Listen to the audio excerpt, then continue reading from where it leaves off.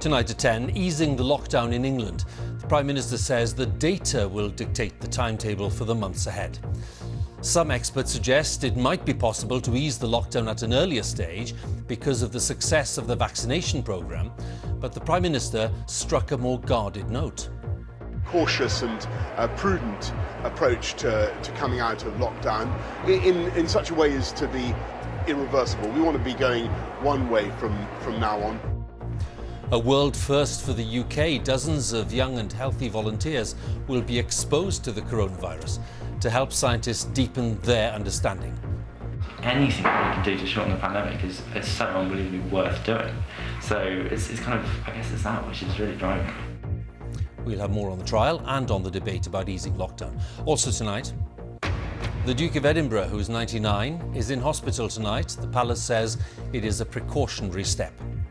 The United Nations is to raise the case of Princess Latifa, who accuses her father, the ruler of Dubai, of keeping her imprisoned. And Handford Parish Council is back, but does it descend into another verbal bust-up? And coming up in sport on BBC News, Stefanos Tsitsipas comes from 2 sets down to beat Rafael Nadal and move through to the Australian Open semi-finals.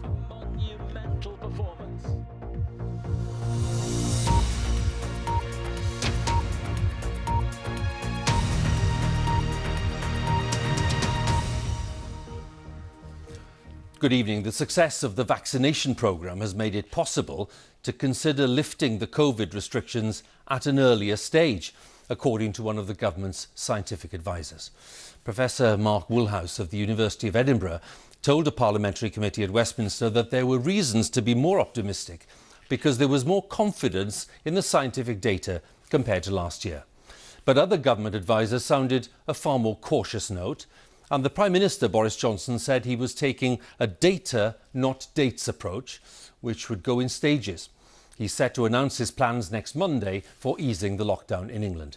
Our health editor, Hugh Pym, has the latest. It'll be one of the most difficult decisions he has to make, at what speed to start easing the lockdown in England. The Prime Minister's hoping the rapid rollout of vaccinations will help for his plan to be unveiled on Monday.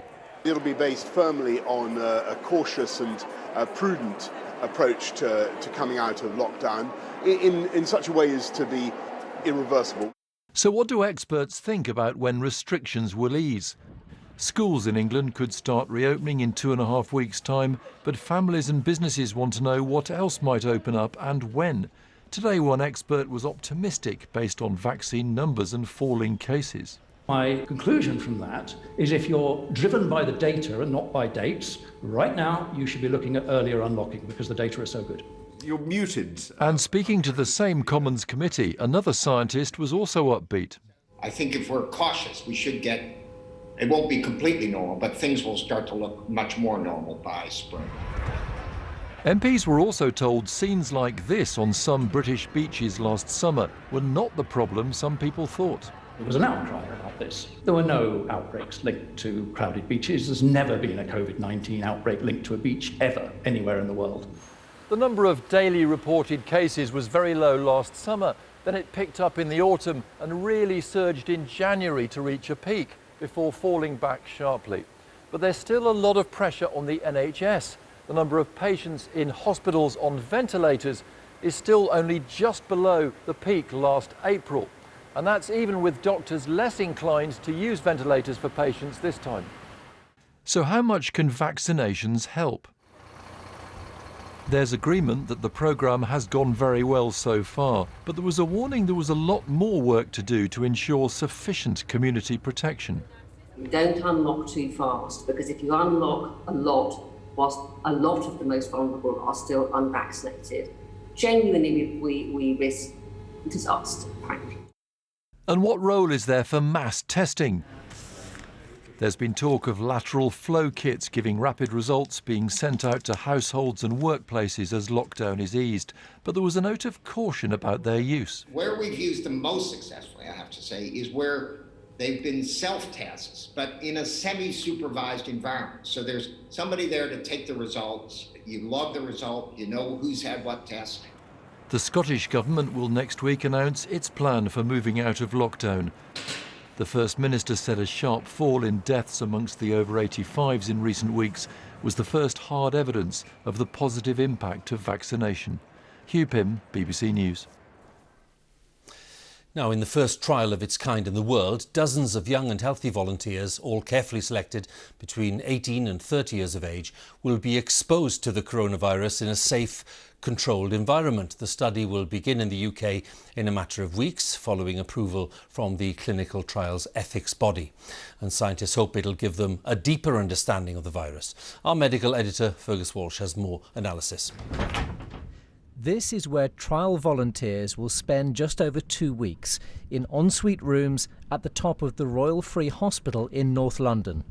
There's quite a view and all meals provided, but the stay includes being deliberately infected with coronavirus. The aim is to find the smallest possible dose that will trigger an infection. We believe the risk on this trial is incredibly small because they are young, healthy adults. Most of them will even be asymptomatic, but we're doing everything we can to make sure we're monitoring it and mitigating it.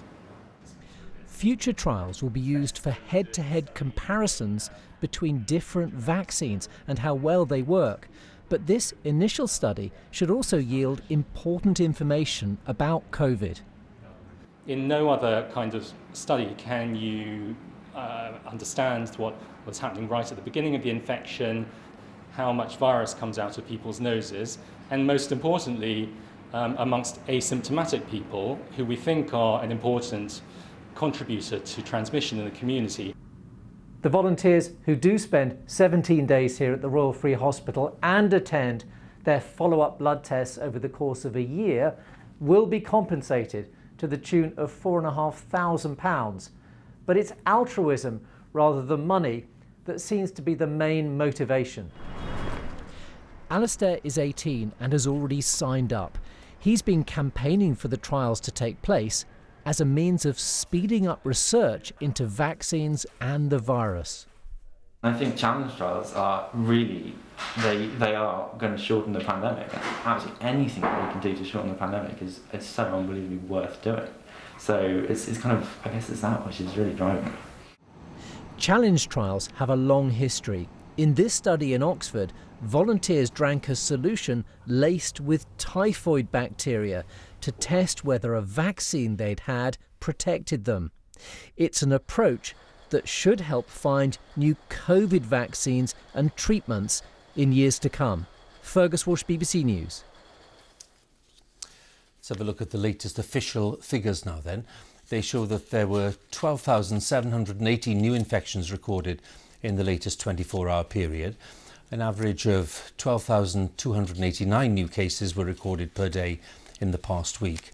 And just over 21,000 people are in hospital with coronavirus across the UK. In the last 24 hours, 738 deaths have been recorded. That's people who died within 28 days of a positive COVID test. That number is almost a third lower than at this time last week. On average, 583 deaths were announced every day in the past week, and the total number of people who've died is 118,933. A look at the vaccinations, because almost 365,000 people had their first dose of one of the 3 approved vaccines in the latest 24-hour period. And that means just under 16 million people have now had their first jab. Let's go live to Westminster, talk to our Deputy Political Editor, Vicky Young. The Prime Minister today, Vicky, saying that this is all about data. And we heard one of the experts there saying the data is looking rather good as far as he's concerned. So where does that leave Mr Johnson?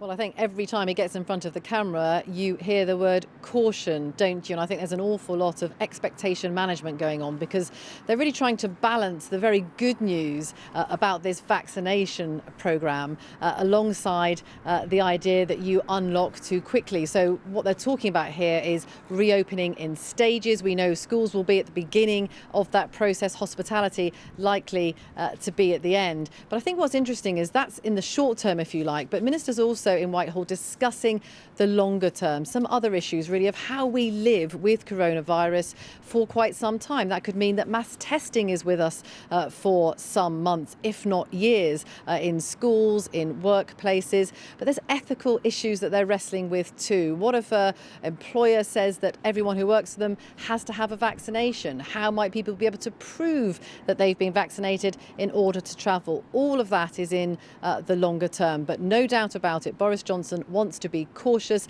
That approach is going to irritate many people, including some of his own MPs, but I don't think he's going to change his mind. Vicky, many thanks again. Vicky Young there for us with the latest at Westminster. The Duke of Edinburgh is spending his second night in hospital in London. Prince Philip, who is 99 years old,